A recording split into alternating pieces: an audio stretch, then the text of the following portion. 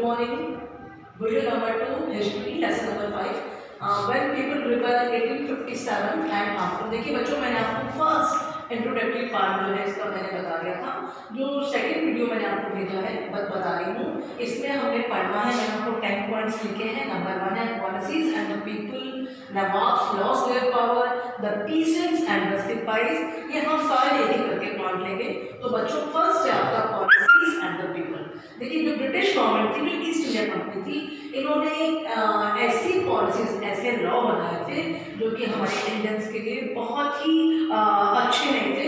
हमारे ऊपर इसका बहुत इम्पैक्ट पड़ा, यानी कि king, queen, peasants, tribal groups, सिपाही, इन सब पर इनका इफेक्ट पड़ा। हमें इनकी पॉलिसी से बहुत ही नेगेटिव इम्पैक्ट आया। Number 2, Nawab lost their power. अब नेक्स्ट वाले में क्या हो गया? नवाब लॉस्ट देयर पावर। इस टाइम पे जो नवाब थे, इनको ऐसा लग रहा था कि इनकी जो ताकत है वो छिनती जा रही है, इनकी सत्ता, इनका सामान दोनों ही खत्म होते जा रहे हैं। 18वीं सेंचुरी के अंदर ऐसा हुआ था।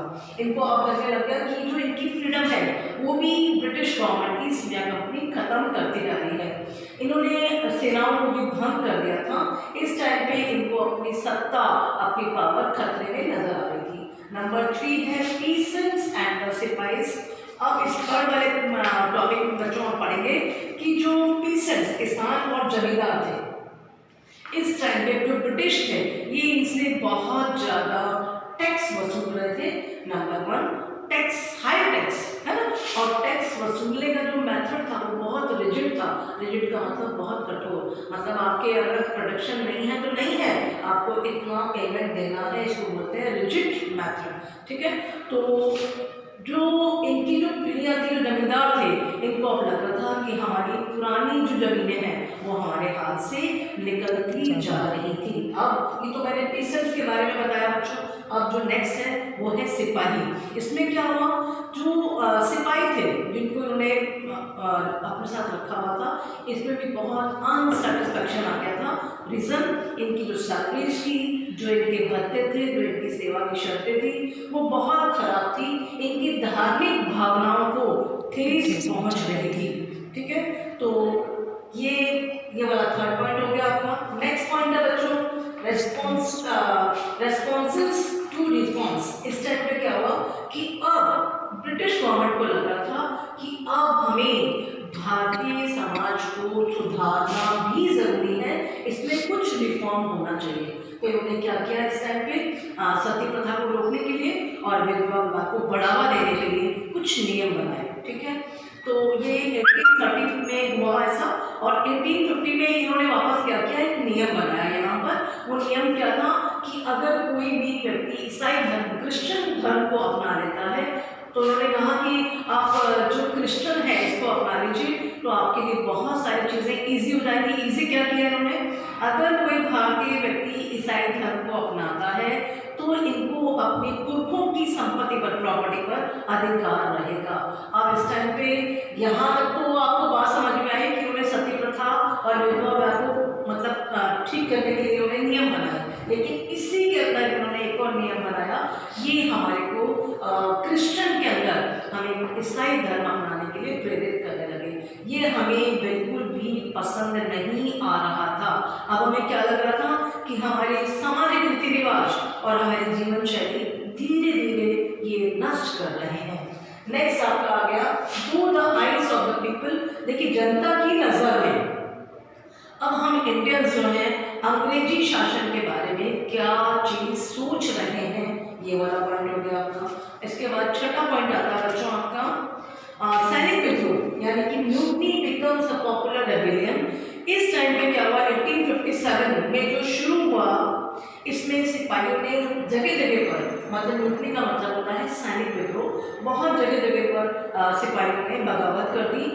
इस बगावत से, विद्रोह से क्या हुआ कि हमारे समाज के बहुत सारे लोग भी इनके साथ शामिल हो गए।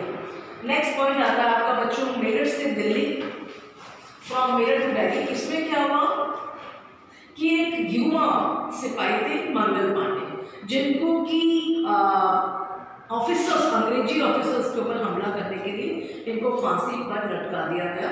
एक तो ये काम हो गया इसमें, और दूसरा इन्होंने क्या किया, सिपाहियों को नए वाले कारतूस दिए जिसके ऊपर गाय की और सुअर की चर्बी का एक लेप चढ़ाया गया, और उनसे कहा उनको ऑपरेट करने के लिए उनको मुंह से खोलना पड़ता था।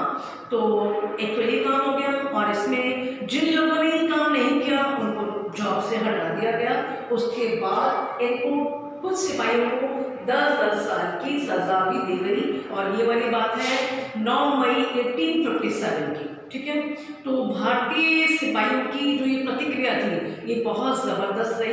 इसमें सिपाहियों ने मेरठ की जेल पर धावा बोल दिया और काफ़ी सारे अपने सैनिकों को आज़ाद करवा लिया, बहुत सारे अंग्रेजी अफसरों को मारा भी।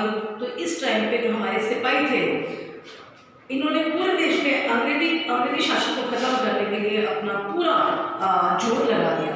उसके बाद नेक्स्ट पॉइंट आता है बच्चों आपका the rebelling spreads. The rebelling spreads, इसमें क्या हुआ बच्चों, बगावत अब बहुत फैलने लग गई। अब दिल्ली से अंग्रेजों के पैर भी लगभग पड़ने लग गए।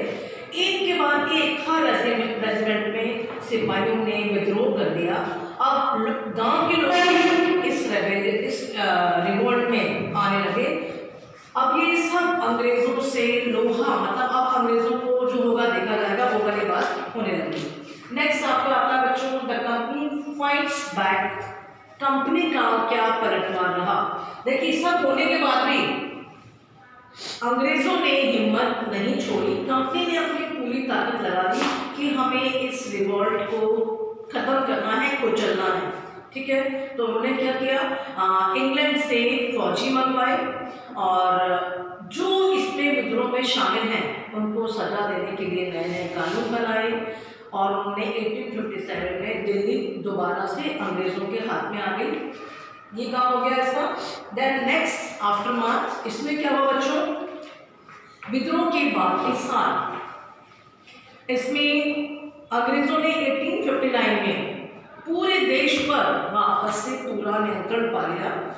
अब इनको ये लगने लगा कि अब हमें भारतीयों के लिए कुछ ना कुछ करना पड़ेगा, ताकि ये जो हमें बहुत ज़्यादा बुरा मान रहे हैं वो वापस से चेंज करना पड़ेगा।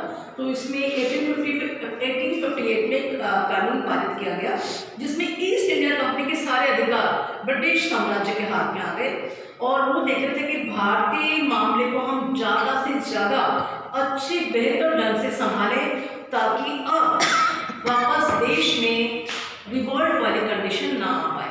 इसके बाद उन्होंने ये भी कहा कि हम फ्यूचर में किसी की भी ज़मीन पर कब्जा नहीं करेंगे, और भी रिफॉर्म्स किए, जैसे सेना में भारतीय सिपाहियों का अनुपात ही कम कर दिया, और इन्होंने और दूसरा काम किया, मुसलमानों की ज़मीनें और उनकी प्रॉपर्टी को भी अपने कब्जे में कर लिया। इनको ये लग रहा था कि मुसलमानों ने ही इस रिवोल्ट को आगे बढ़ाया है।